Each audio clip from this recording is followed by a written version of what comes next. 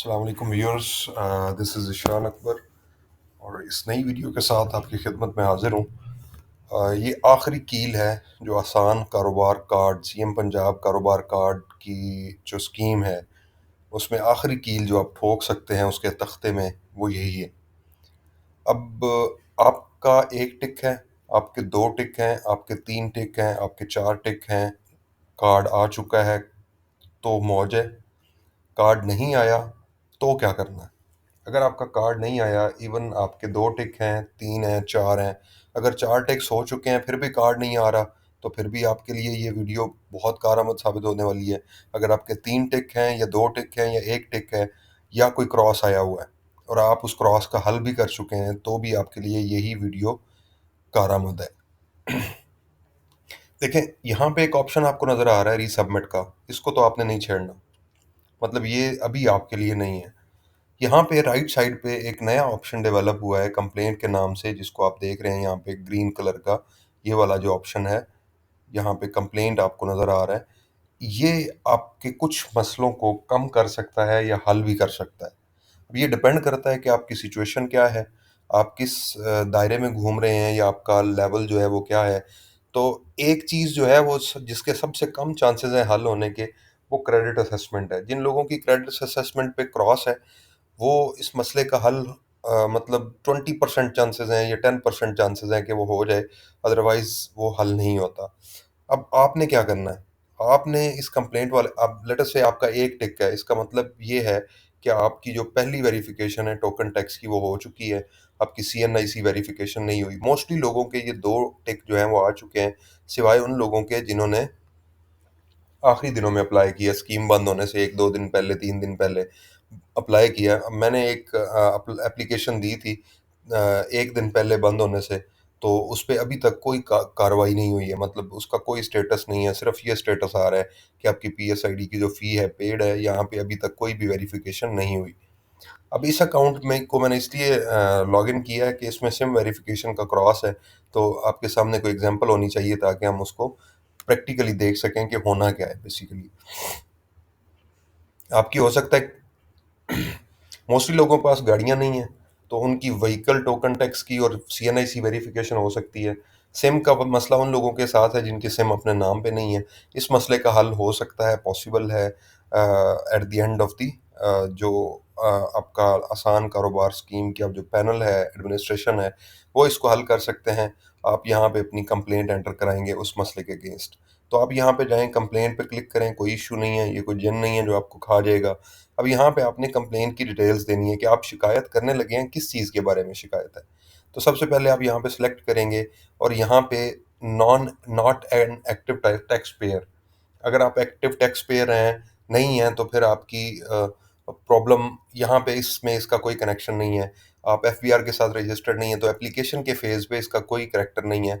ये बाद में आपके काम आती है चीज़ें जब आपको लोन मिल जाता है। Failed excise verification due to non payment of dues, इसका इश्यू है और आप पे कर चुके हैं, लेकिन यहाँ पे आपका स्टेटस अपडेट नहीं हो रहा, तो आप इसको सिलेक्ट करेंगे और यहाँ पे अपनी तफ़सील लिख दें। आप उर्दू में लिख दें या इंग्लिश में लिख दें, कोई फ़र्क नहीं पड़ता। आप ऐसे भी लिख दें, मैं अपनी कार का टोकन टैक्स पे कर चुका हूँ, डैश डैश, और डेट बता दें कि इस डेट को पे किया है मैंने, तो बराए मेहरबानी मेरा स्टेटस अपडेट कर दें। तो ये इस तरह से ये इशू हल करवाया जा सकता है। आप इंग्लिश में लिख सकते हैं, वो लिख दें, उर्दू में वैसे उर्दू में लिखना चाहते हैं वो लिख दें, कोई इशू नहीं है, आगे पाकिस्तानी बैठे हुए हैं। नादरा वेरिफिकेशन का मसला था, लेट अस से आपकी बायोमेट्रिक का इशू था, फिंगरप्रिंट्स का इशू था, आपने नादरा से जाके वो मसला हल करवा लिया हुआ है और अब आप उसको करना चाहते हैं, कंप्लेन करना चाहते हैं, तो कर दें कि जी मैंने नादरा वेरिफिकेशन मेरी फेल हो गई थी, वो मैंने अब करवा ली है, तो अब काइंडली मेरी एप्लीकेशन को प्रोसेस में कर दें, तो ऑटोमेटिकली वो सिस्टम में चली जाएगी। उसके बाद आपकी पीएमडी वेरिफिकेशन है, जो आपने मोबाइल नंबर दिया था वो आपके नाम पे नहीं है रजिस्टर्ड, उसकी। अब ये जो अकाउंट मैंने लॉगिन किया हुआ है इसको आप ज़रा देखें, तो यहाँ पे सिम वेरिफिकेशन का इशू है, इसी को पीएमडी वेरिफिकेशन कहते हैं।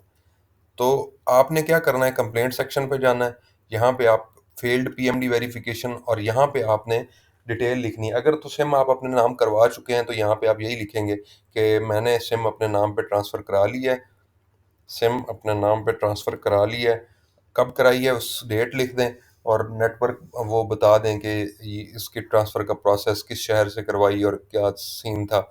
ये सारा करके यहाँ पे एंड पे आपने यहाँ पे सबमिट का ऑप्शन पे क्लिक कर देना है। ठीक है? अब वो सारी डिटेल्स मीन आपने स मोबाइल का नंबर भी बता देना, बेशक कोई इश्यू नहीं है, सीएनआईसी नंबर बता दें कि मेरा ये सीएनआईसी है, मेरा ये नाम है, मैंने इससे एप्लीकेशन दी है और ये मेरा पीएसआईडी के अगेंस्ट मैं फ़ीस पे कर चुका हूँ। इस दिन मैंने एप्लीकेशन दी थी, उस डेट का कोई इश्यू नहीं है कि याद है या नहीं है, कोई मसला नहीं है। तो आपने सारी डिटेल्स इस रिमार्क्स के अंदर लिख के यहाँ से सबमिट कराना है, तो आपकी ये कंप्लेंट, ये जो शिकायत है, ये दर्ज हो जाएगी। उसके बाद ये फिज़िकल वेरिफ़िकेशन ये हमारे रेलेवेंट नहीं है यहाँ पे। ये उन लोगों के रेलेवेंट है जिन्होंने टियर 2 1 और 2 में अप्लाई किया हुआ है, आसान कारोबार फाइनेंस जिसको कहते हैं। उसके बाद आपकी बैंक क्रेडिट की पॉलिसी है, ये सबसे इम्पोर्टेंट चीज़ है। जो लोगों ने लोन ले रखा है उनकी बैंक यहाँ पे नीचे क्रेडिट असेसमेंट जो आती है, यहाँ पे नीचे चौथी वेरिफ़िकेशन आसान कारोबार कार्ड में जो आती है, वो है क्रेडिट असेसमेंट की, वो मोस्टली लोगों का फ़ेल हुआ है। अब उनको पता भी नहीं है क्यों फ़ेल हो गया, उन्होंने कोई लोन भी नहीं लिया। तो उसकी वजूहात पहले मैं बता चुका हूँ कि या तो आपने कोई लोन लिया हुआ है, अगर आपने लोन नहीं ले रखा, तो जो आपने बिज़नेस की डिटेल्स फ़िल की हैं ना, कि मेरी आमदनी और खर्चे और ये चीज़ें इतनी हैं, यहाँ पे, ये एंड पे जो आप चीज़ें फ़िल करते हैं, यहाँ पे 3 लाख सेल है, एम्प्लॉइज़ इतने हैं, तनख्वाह इतनी है, तो वो गवर्नमेंट की पॉलिसी को मीट नहीं करते हैं, तो सिस्टम उसको ऑटोमैटिकली क्रॉस कर देता है। तो इसका तो कोई हल नहीं है यहाँ पे। मतलब वो सॉल्व नहीं हो सकता। तो आप सिंपली उनसे पूछ सकते हैं कि मेरी जो बैंक क्रेडिट है उसकी पॉलिसी पे वो आया है मेरा कंप्लेंट, वो क्यों आ रहा है, कि क्या वजह है? कोई और कंप्लेंट आपने करनी है, आप नॉर्मल कंप्लेन करना चाहते हैं वो कर दें, यहाँ पे अपने रिमार्क्स लिखें, या कोई अदर में जाके कंप्लेन करना चाहते हैं तो यहाँ रिमार्क्स लिख दें। कोई भी चीज़ आपको कार्ड मिल चुका है या नहीं मिला, दोनों सिचुएशंस में आप यहाँ पे कोई भी कंप्लेन करना चाहते हैं कारोबार कार्ड के हवाले से, वो आप कर दें। सिस्टम के अगर उनकी एक्सेस में हुई और वो उनके बस में हुई, वो इसको प्रोसीड कर सकते हुए, तो वो इसको ज़रूर प्रोसीड करेंगे, क्योंकि ये ऑटोमेटिक सिस्टम चल रहा है। इसमें आपने कोई मतलब वो नहीं है कि जी वो बंदे बैठे हैं, वो देख रहे हैं। इतनी नंबर ऑफ एप्लीकेशंस हैं, इतने ज़्यादा एप्लीकेंट्स हैं, आपकी सोच है। इसी वजह से तो सिस्टम जो है उन्होंने एप्लीकेशंस लेना बंद कर दी हुई हैं। तो इससे आप आखिरी कील मैं इसलिए कह रहा हूँ कि आपके पास आखिरी ऑप्शन है कंप्लेंट वाला, कि इससे आप करके देख लें एक बार ट्राई, शायद आपका मसला हल हो जाए। मैंने खुद 2-3 लोगों के इश्यूज़ थे, उसके बारे में इसको प्रोसीड किया है, तो जैसे ही उसका स्टेटस अपडेट होता है नेक्स्ट वीक में इंशाल्लाह हो जाएगा, तो मैं उस पे भी एक वीडियो रिकॉर्ड करके आपके साथ शेयर कर दूँगा, ताकि आपको हौसला हो कि मसला हो सकता है। लेकिन एज़ सून एज़ पॉसिबल आप एक ट्राई ही करनी है, कुछ लफ्ज़ लिखने में और यहाँ से ऑप्शन सेलेक्ट करने में, तो कोई इश्यू नहीं है। आपका जो मसला है वो सेलेक्ट करें और यहाँ पे लिख दें, तो वो उस कैटेगरी में चला जाएगा। तो अगर सिस्टम से हल नहीं होता, तो फिर फिज़िकली लोग उसको देखेंगे कि हाँ, वाक़ई ये मसला है और इसको हल किया जा सकता है। तो ये सिंपल चीज़ है, इसको करें और इंशाल्लाह हो सकता है आपकी किस्मत अच्छी हो और आपको रिस्पॉन्स पॉज़िटिव मिल जाए। थैंक यू वेरी मच, अपनी दुआ में याद रखिएगा, मिलते हैं नेक्स्ट वीडियो में। अल्लाह हाफ़िज़।